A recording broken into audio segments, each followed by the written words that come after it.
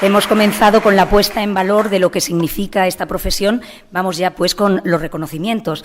Durante este año 2014 han sido 90 los nuevos y nuevas trabajadoras sociales colegiadas. El colegio les da formalmente con este acto la bienvenida, desea que participen activamente y espera acompañarlos en su desarrollo personal y profesional. Los presidentes de los colegios de Aragón y España van a entregar a Verónica Fernández, como representante de todos ellos, el idearium del trabajo social y el código deontológico, símbolo y guía para un ejercicio profesional basado en sólidos valores y principios. Por favor, Verónica, ¿nos acompañas aquí en el escenario?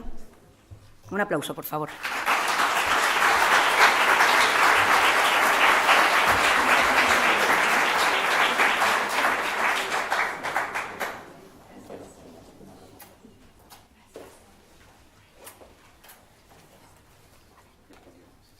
Muchas gracias.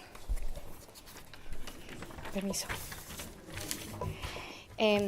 Buenas tardes, señora presidenta del Consejo General de Trabajo Social, doña Ana Lima, señor presidente del Colegio Profesional de Trabajadores Sociales de Aragón, Javier Escartín, compañeras y compañeros asistentes a este acto.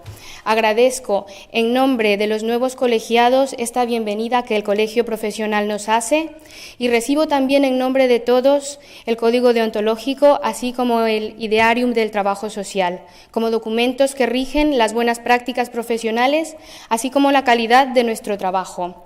Sabemos que con la decisión de integrarnos al colegio adquirimos compromisos éticos ante la sociedad y ante los compañeros de profesión.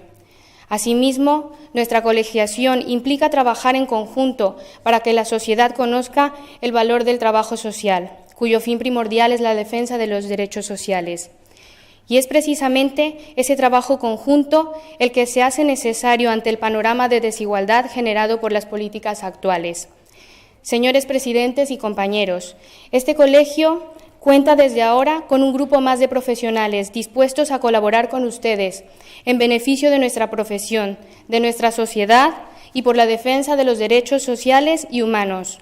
Y hoy nos unimos a todos ustedes en este merecido reconocimiento a los profesionales que con su trayectoria y buenas prácticas han puesto en alto el nombre del trabajo social. Queda para nosotros la tarea de continuar con esa labor, trabajando por la dignidad, la libertad y la igualdad de los individuos. Muchas gracias.